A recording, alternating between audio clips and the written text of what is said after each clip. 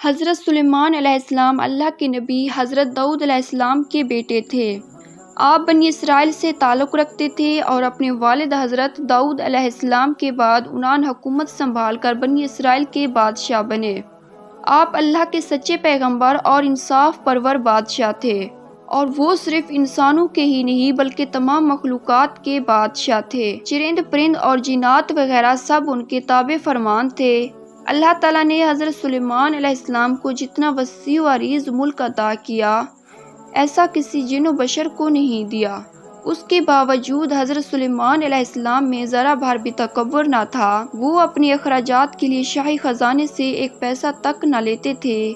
وہ اپنے ہاتھ سے زنبیل سی کر اور اسے فروخت کر کے گزر اوقات کیا کرتے تھے۔ کھانے کے لیے وہ اپنے ہاتھوں سے جو پیس کر آٹا بناتے اور اس کی روٹی پکا کر کھاتے تھے۔ آپ اکثر روزہ رکھتے اور ہر شام بیت المقدس میں جا کر غریبوں اور روزہ داروں کے ساتھ روزہ افطار کرتے تھے۔ بادشاہ بننے کے بعد آپ نے ایک نہایت عالیشان اور پرتکلف مکان بنوایا جس کا رقبہ 36 کوس تھا۔ اس مکان کو سونے چاندی کی اینٹوں سے بنایا گیا تھا جس کی دیواروں اور چھتوں پر یاقوت اور زمرد جڑے ہوئے تھے۔ پھر اس مکان کے اندر آپ نے اپنے لیے ایک شاندار تخت بنوایا جس کی لمبائی 3 کوس تھی۔ سارا تخت ہاتھی دانت سے بنایا گیا تھا جو لال، فیروزہ، زمرد جیسے پتھروں سے مرصع تھا، اور اس کے چاروں طرف سونے کی اینٹیں لگی ہوئی تھی۔ تخت کے چاروں کونوں پر ایسے درخت تھے جن کی ڈالیاں سونے کی تھیں، اور ہر ڈال پر ایک طوطی اور طاؤس بنا کر ان کے پیٹ کے اندر مشک بھر دیا گیا تھا۔ ان درختوں کے خوشے انگوروں کی طرح تھے۔ اس تخت کے نیچے اور دائیں بائیں 1000 سونے کی کرسیاں لگائی گئی تھی جن پر لوگ بیٹھتے تھے۔ ان کے پیچھے جنوں اور انسانوں میں سے غلام کھڑے کیے گئے تھے۔ یہ تخت جنات نے بنایا تھا جو آپ کی رعایا تھے۔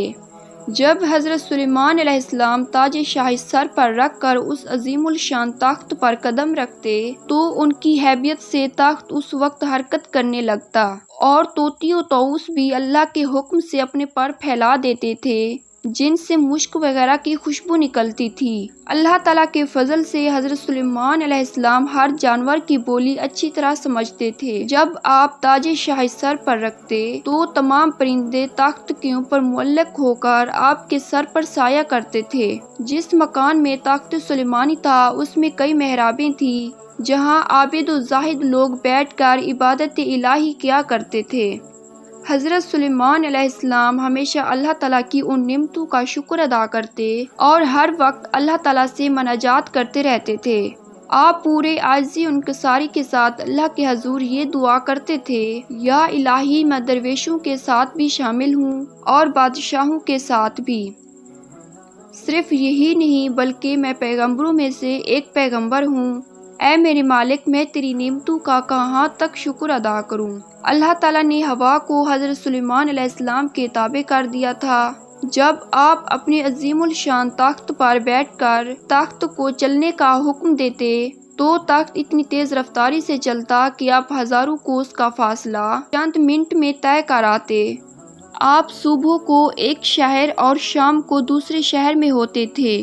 آپ کے باورچی خانہ کے لیے جنات نے بڑی بڑی پتھر کی دیگیں بنائی ہوئی تھی جنہیں بادل پانی سے بھر دیتا۔ ان دیگوں میں روزانہ کئی ہزار اونٹ اور کئی ہزار گوسفند پکتے، اور خلق اللہ صبح سے شام تک آپ کے لنگر خانہ سے کھاتی تھی۔ اے اللہ، اس پورے جہاں پر اپنا کرم فرما اور ہر انسان کی دعا کو قبول فرما۔